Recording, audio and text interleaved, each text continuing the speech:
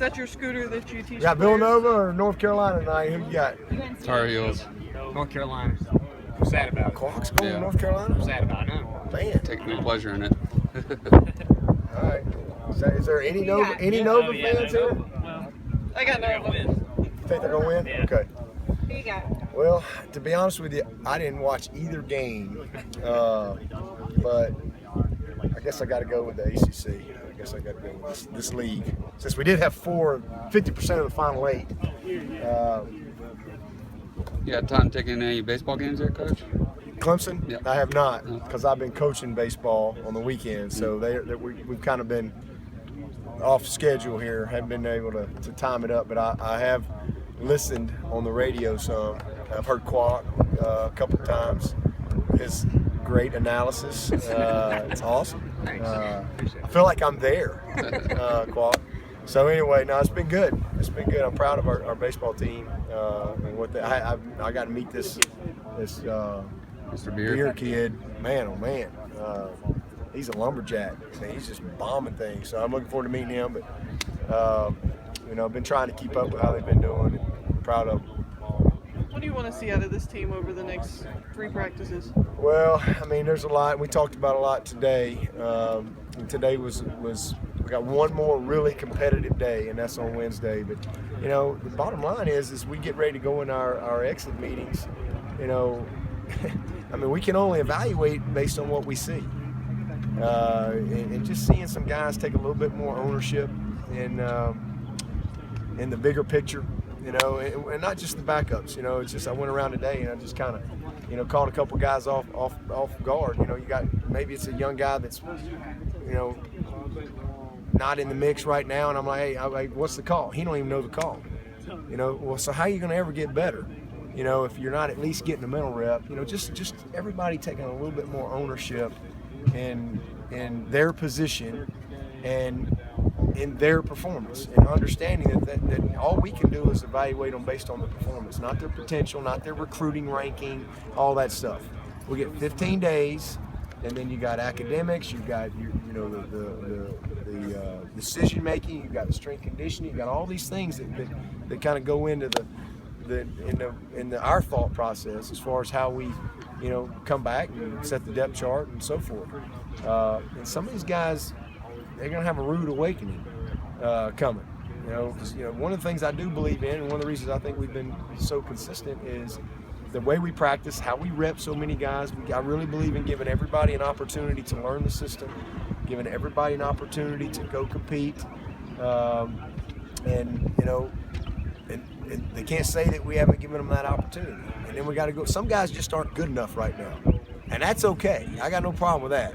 When Kevin Dodd was a redshirt freshman, he wasn't good enough either. I'm a very patient guy as long as I see guys that have bought in and they're willing to put the work in. They know their weaknesses. They know what they got to do to get better. Listen, Rome's not built in a day. But I just want to see that commitment. And so just got a few guys that gotta step it up and take it to another level. And they know who they are, and I put some of them on notice because when this week's over, the spring's done, and it matters. It matters. Everything we do matters, especially when you got a lot of competition going on at every position. And so just looking forward to hopefully finishing strong. Leggett got sick today. He was the only one that he practiced and was puking, so we sent him in. But other than that, everybody was pretty much able to go. Coach Elliott mentioned the other day that one of the points of emphasis right now is scoring touchdowns in the red zone.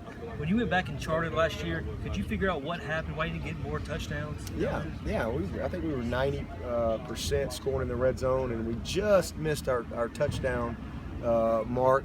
As far as I think we were 67%, I believe, touchdown. We had six possessions. 3 of them we took a knee. So you got to kind of evaluate that. I love taking knee in the red zone. That's a beautiful thing when you can do that. So we had turnover down there, so we missed a few opportunities where we could have done a better job in controlling the things that we control.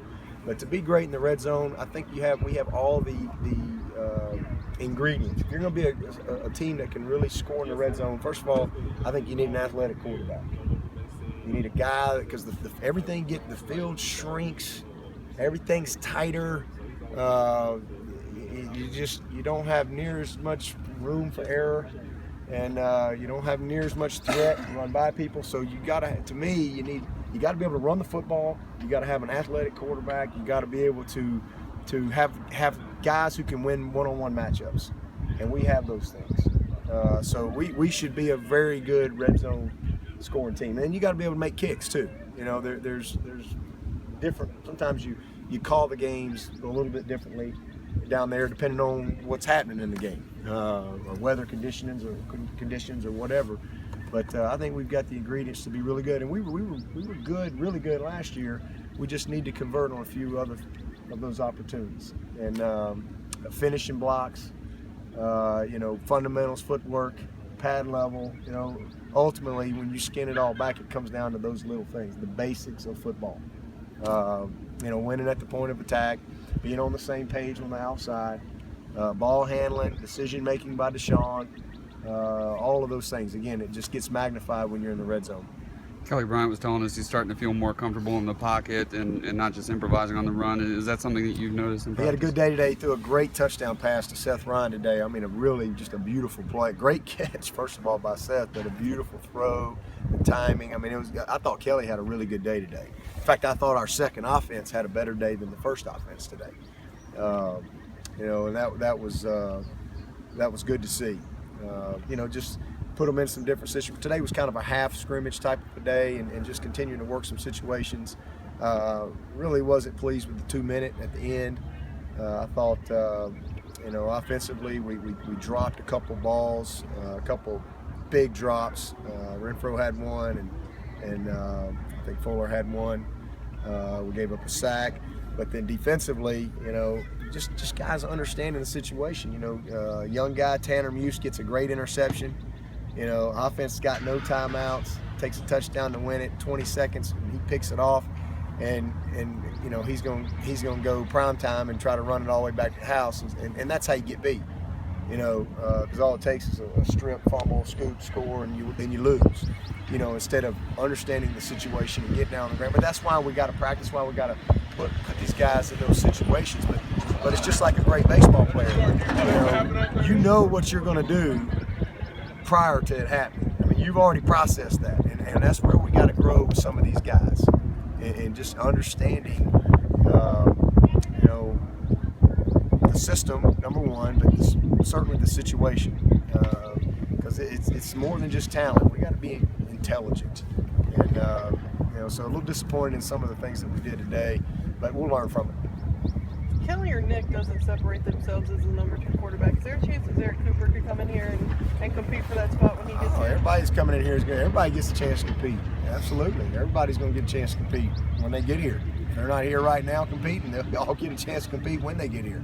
I certainly don't have a crystal ball. I can't, I never know until you start coaching guys where they are physically, where they are mentally. Some guys shock the heck out of you.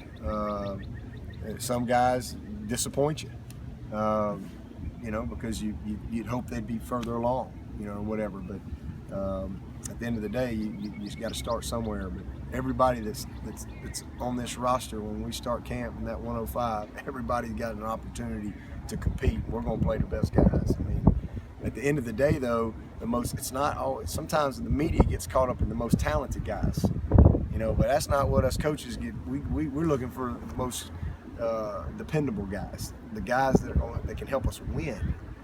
Sometimes that's not the most talented guy, because sometimes he's just talented. He's not very dependable, and so we don't ever know till we get him there. But I tell you, I'm pleased with Kelly. I think he is light years ahead of where he was this time last year. Number one, and then Nick's just steady. I mean, he really is. He's just like an old dog, man. I mean, he just is. He knows what he's doing.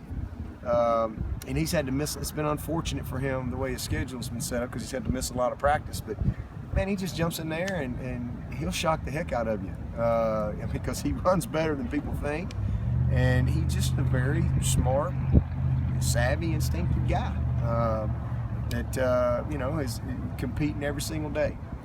I'm really glad we got Nick, and I'm really glad we got Kelly Bryant, and I'm very proud of Kelly. A young guy that got a little bit of experience last year. He's wired exactly like Deshaun Watson. I mean, exactly.